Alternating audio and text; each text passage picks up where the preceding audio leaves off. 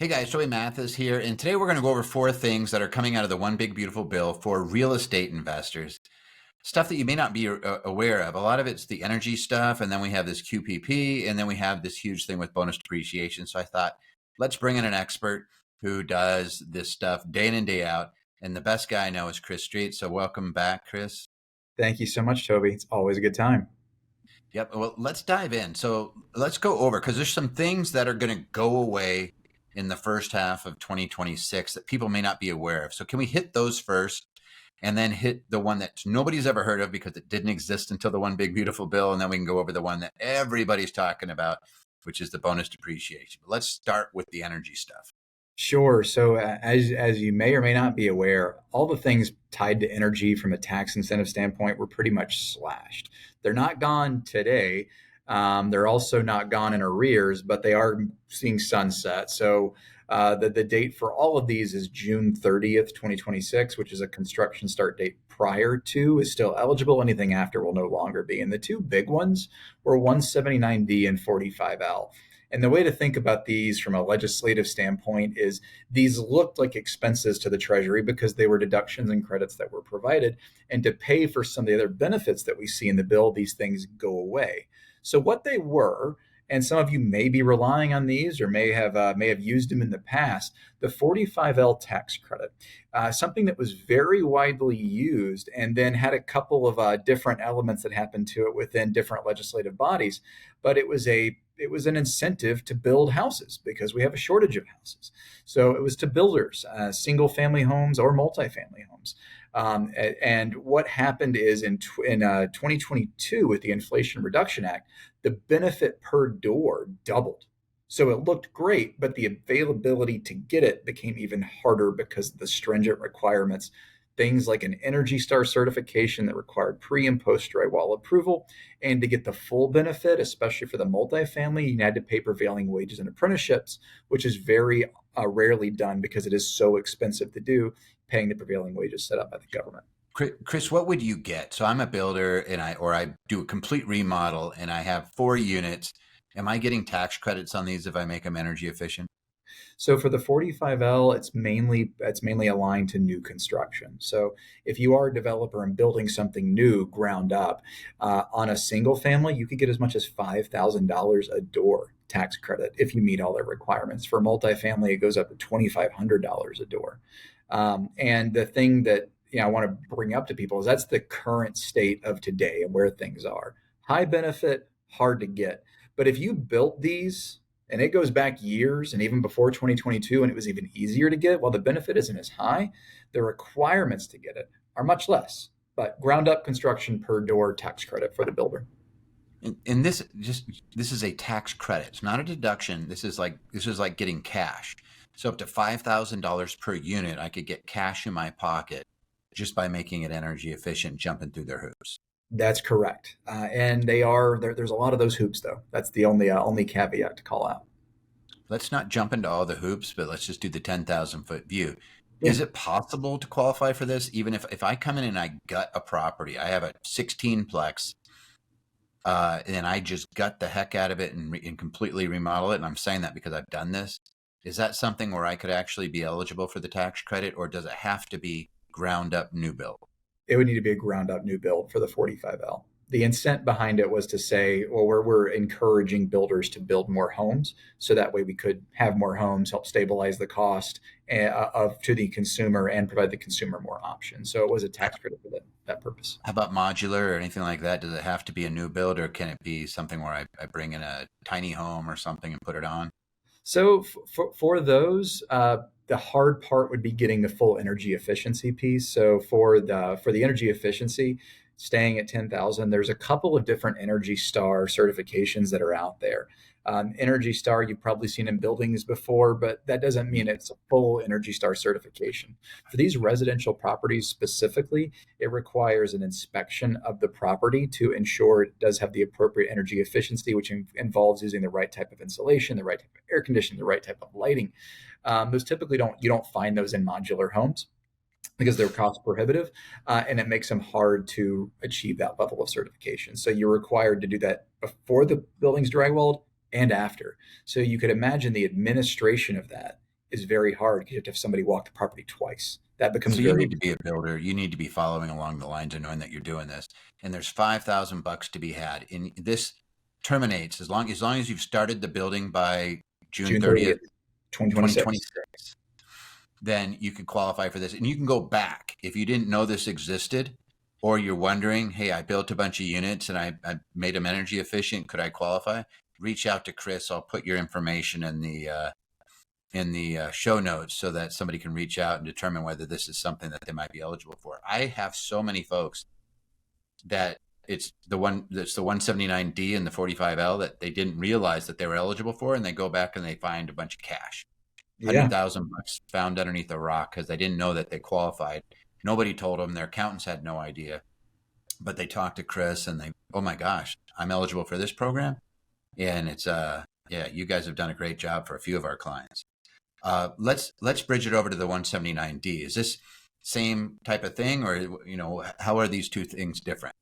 So 179D is more on the commercial side, where the 45L is more aligned to the residential side. 179D was produced to generate energy efficient commercial properties.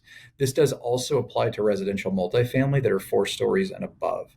So a couple of things is 179D. The date's exactly the same when it begins to sunset. Construction prior to that, it is eligible. Um, Prior to the Inflation Reduction Act, the amount that you got per square foot, and you got a deduction, not a credit. So it is a little bit different, but it's based on the envelope of the building. Now, the benefit that we had and still have with 179D is the requirements for the energy efficiency are not nearly as stringent as they are for the 45L. It's based on an ASHRAE code, which, if you want to have some fun, go start to Google all the ASHRAE codes that are out there. But it's based on a code that's from the early 2000s that all state and local building codes have caught up to. So if you're building a new building, you meet that code, you meet that energy efficiency.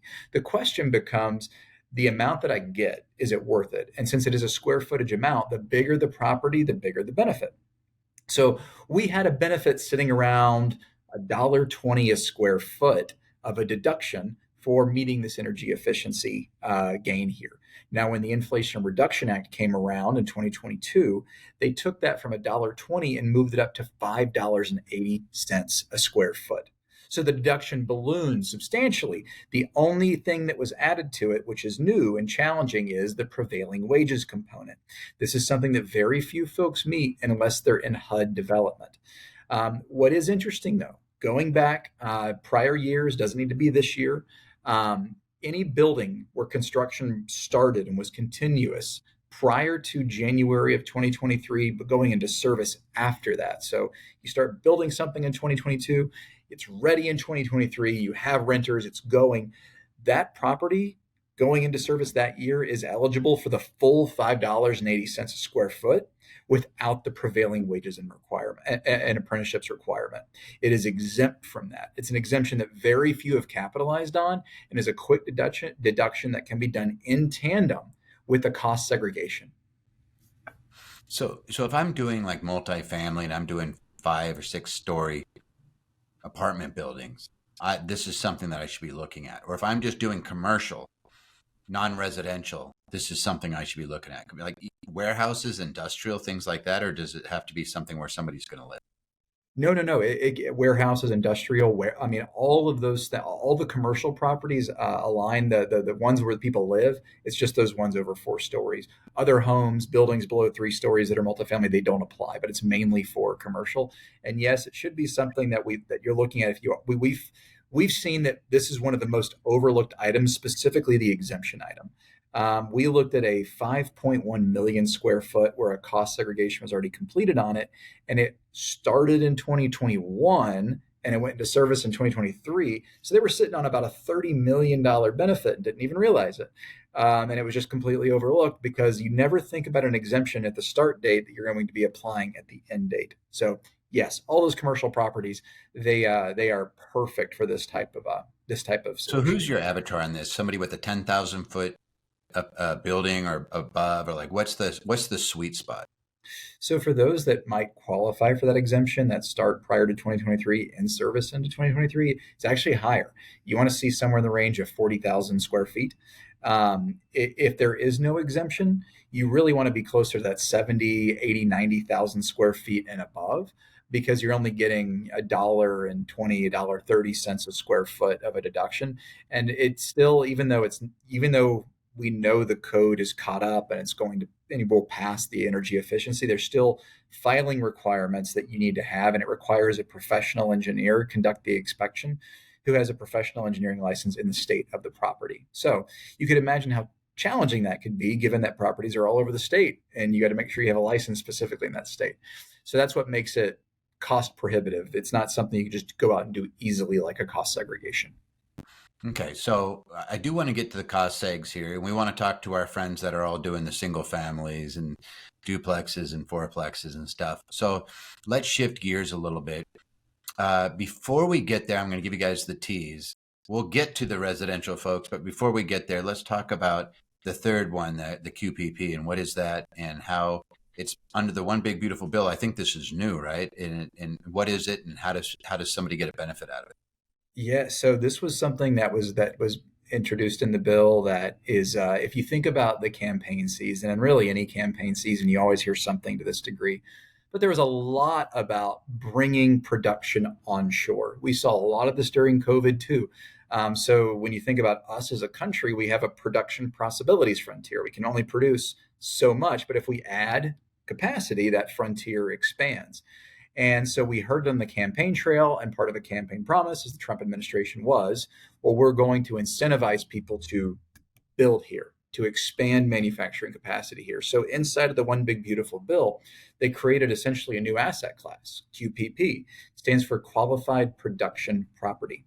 What qualified production property set out to do is provide a tax benefit for real estate and development for adding new capacity of manufacturing and production. So that could be building a new facility or retrofitting a facility that maybe was a warehouse that you're turning into a production facility and putting a lot of capital into it, expanding that frontier of our ability to produce. What the high level of it, what it does is it says all property. This could be personal property, short life assets, and long life assets. This could be walls, floors, everything. Anything that touches the manufacturing and production process can be expensed. So not deducted, expensed, gone. And if you hold that property for 10 years, there is zero recapture on that expensed item. So they are reducing your basis effectively for all things that are manufacturing and production. So you expense it out. What's the difference between expensing it and deducting it? So an expensed item versus a deduction is an immediate and permanent tax savings. So that by expensing it, it reduces the overall basis, which determines what you pay tax on every year. So you just cut it. The example I like to give with this is, let's say you were somebody who did build a $10 million facility to make Tupperware, and that facility is broken down into its component parts, measured all dimensions of it, and it's determined that 70% of that $10 million is a part of the production or manufacturing process.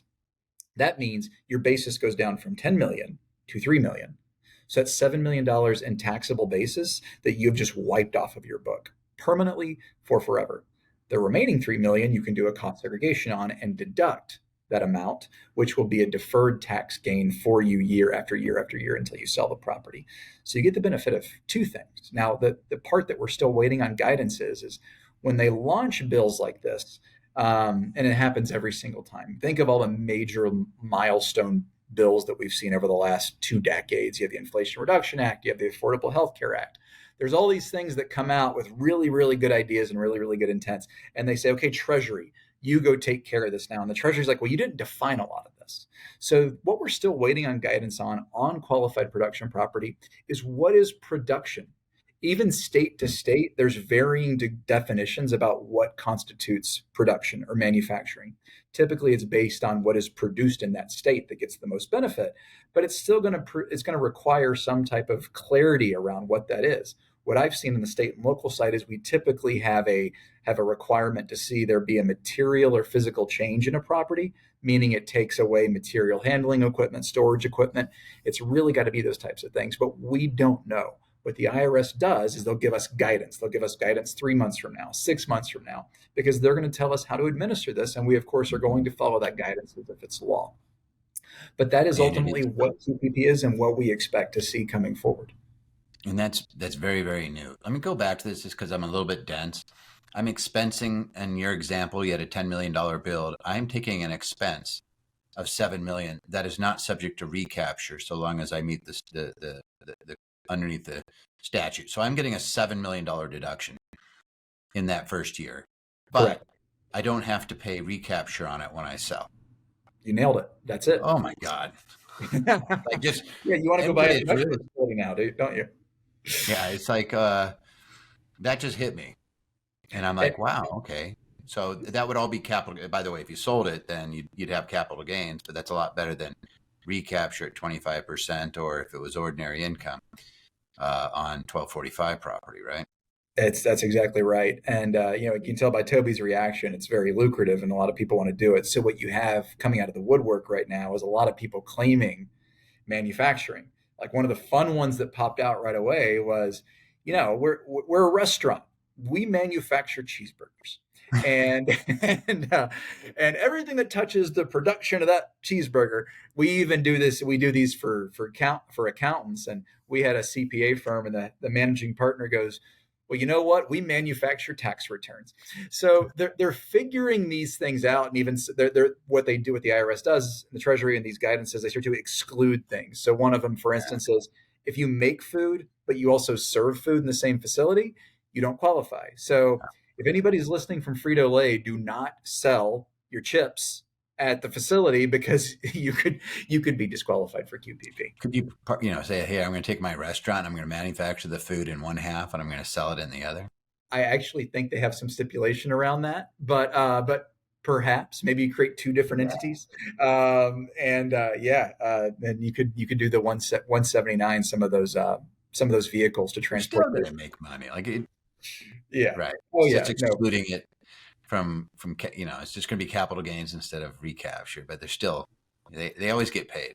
Hey, all right, let's go to where everybody, most of the folks that listen are probably interested in the residential stuff, and they're like, okay, this sounds great, Chris. I love the energy stuff, but it's not really applicable to me. I'm not a builder. Hey, the QPP sounds interesting, but I'm not manufacturing. What I do is I buy duplexes, eightplexes, single family residences. What's in there for me? Sure, and all those other things, those are technical and exciting. But what to me is the most exciting is you guys, exactly, the ones who are investing in short-term rentals and single family residential homes.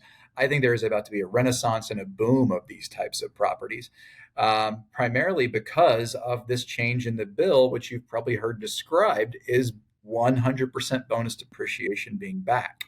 Now, Mm-hmm. back implies that it was here before and is now no longer here, which is exactly what happened. So why it's so impactful is when you think of the history of bonus depreciation, it's been around a couple of different times, but most recently, 2017 and 2022, with the Tax Cuts and Jobs Act, we got it.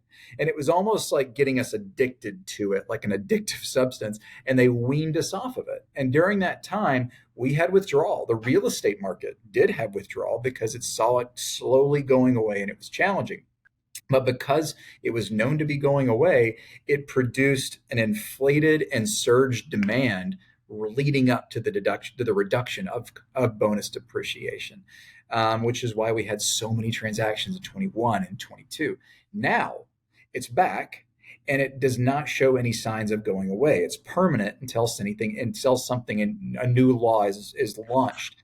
But what this change is, if you haven't dealt with bonus depreciation before, whenever you segregate assets and you want to accelerate depreciation, you have the opportunity to do that typically from a 27 and a half or 39 year down to a 5 year, which is a great benefit over the course of that 5 years, or a 7 year, also a great benefit, or a 15 year. All three of those are great benefits to start. Bonus depreciation is the Powerball at the end of that depreciation lottery that says, hey, you know what?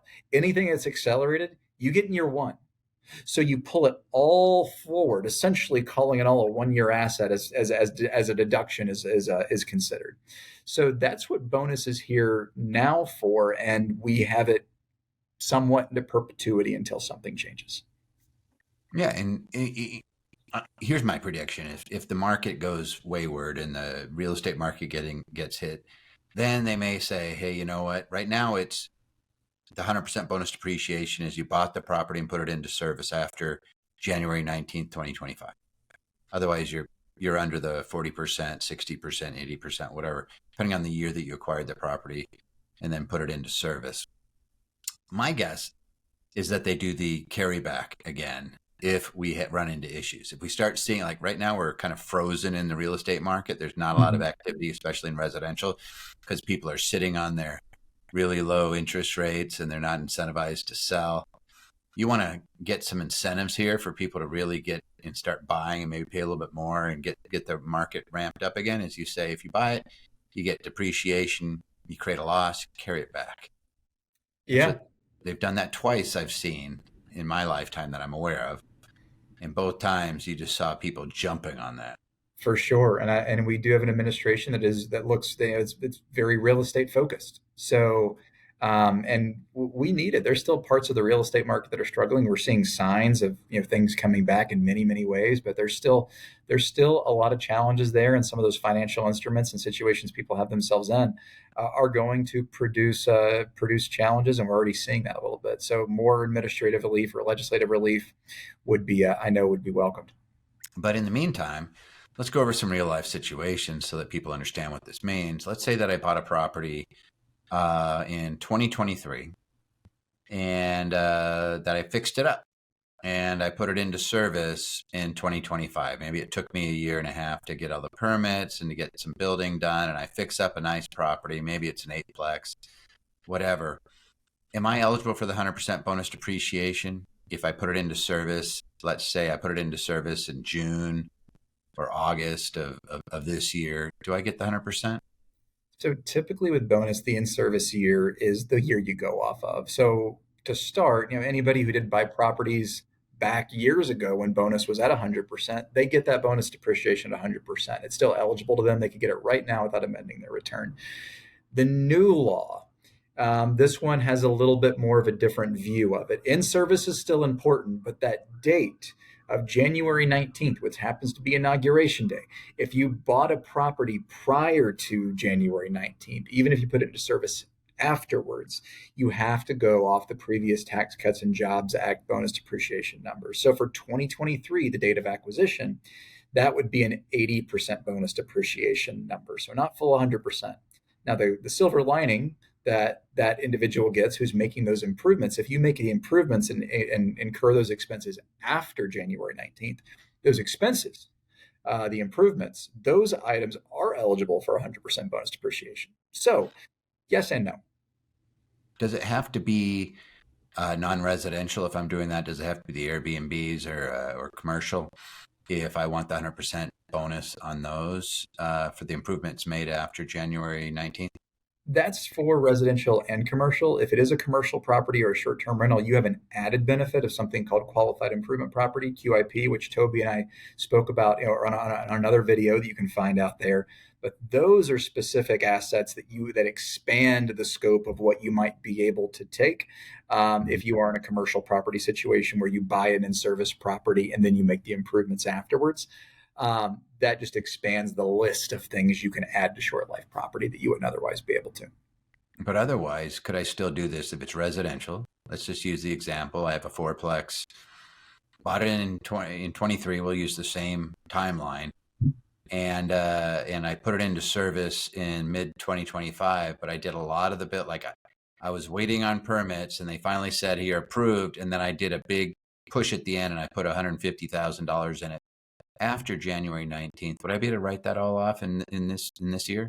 Not necessarily all, but the portion which qualifies short life assets. So all of Yeah. those 100% bonus depreciation. All right. So what that means, guys, is you reach out to Chris. Like here's the easy one. If like this stuff gets a little complicated, you get into the weeds. I'm not going to pretend like I know it all. What you want to do is talk to somebody who does it day in and day out, and you got to figure out what that 5, 7, 15-year property is, because that would be the 100% bonus.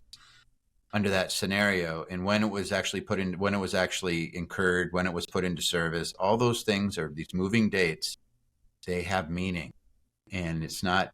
I don't want to try to learn it all. I just want to know that there's an issue there, and then let's bring in the expert to see how much benefit I can get. And here's the beautiful part. With Chris and his group, they don't charge you to do that. They actually look at it, they do the analysis, and then you can say, is the juice worth the squeeze, right?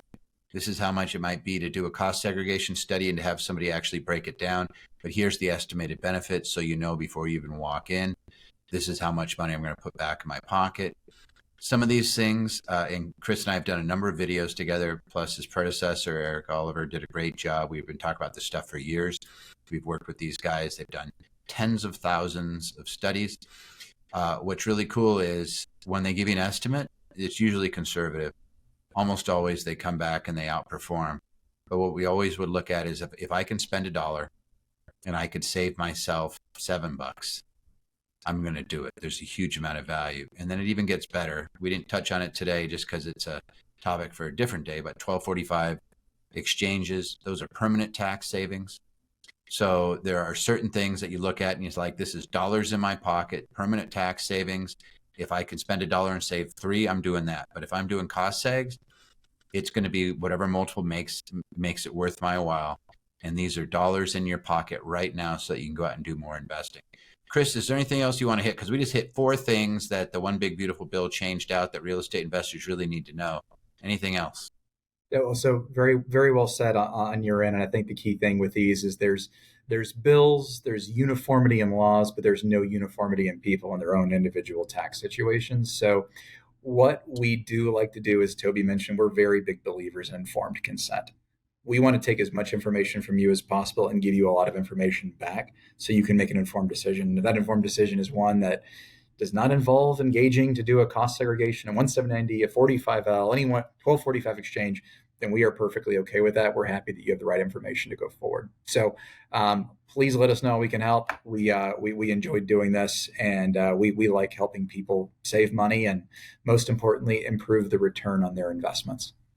Perfect. Well, I'm going to put your other videos that we've done so that people can see about 1245 exchanges. They can learn about how to use the cost segregation to their benefit. I'll put those videos in there. Hey, guys, like and subscribe and share this with anybody that you know that might benefit. Thanks, Chris. Thank you, Toby.